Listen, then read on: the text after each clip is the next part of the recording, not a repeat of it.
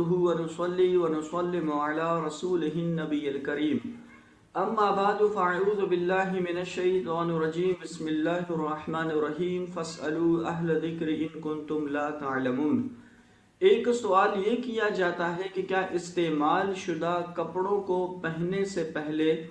دھونا یہ لازم اور ضروری ہے یا پھر یوں بغیر دھوئے بھی ان کپڑوں کو استعمال کر سکتے ہیں؟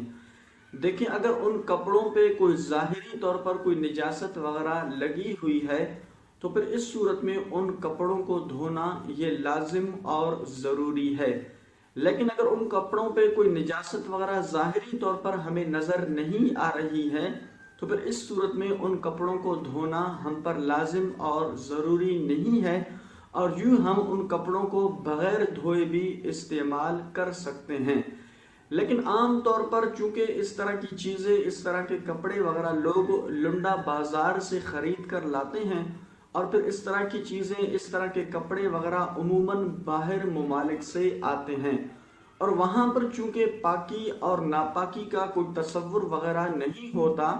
تو اس لیے علماء فرماتے ہیں کہ اس طرح کی چیزوں کو یا پھر استعمال شدہ کپڑوں کو آپ بہتر اور افضل یہی ہے کہ ان کو آپ دھو کر استعمال کر لیں، یعنی جو کپڑوں کے پاک کرنے کا طریقہ کار ہے اس طریقہ کار کے مطابق ان کپڑوں کو دھو کر آپ استعمال کر لیں، لیکن یہ بہتر اور افضل ہے کیونکہ وہاں پر پاکی اور ناپاکی کا کوئی تصور نہیں ہے۔ اس وجہ سے علماء نے فرمایا کہ بہتر اور افضل یہی ہے کہ آپ ان کپڑوں کو دھو کر پھر استعمال کر لیں۔ لیکن پھر بھی اگر ظاہری طور پر کوئی نجاست وغیرہ ہمیں نظر نہیں آ رہی ہے تو پھر بھی اس صورت میں ہم ان کپڑوں کو بغیر دھوئے بھی استعمال کر سکتے ہیں، ان کپڑوں کو پہن کر ہم نماز وغیرہ بھی پڑھ سکتے ہیں۔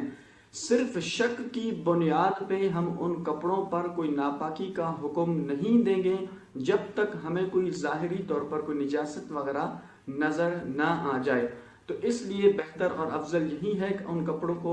دھو کر آپ استعمال کر لیں، ورنہ اگر بغیر دھوئے بھی آپ ان کپڑوں کو استعمال کر لیں گے تو یہ جائز ہے۔ اللہ کریم جل جلالہ ہم سب کو عمل کی توفیق عطا فرمائے۔ وآخر دعوانا ان الحمد للہ رب العالمین۔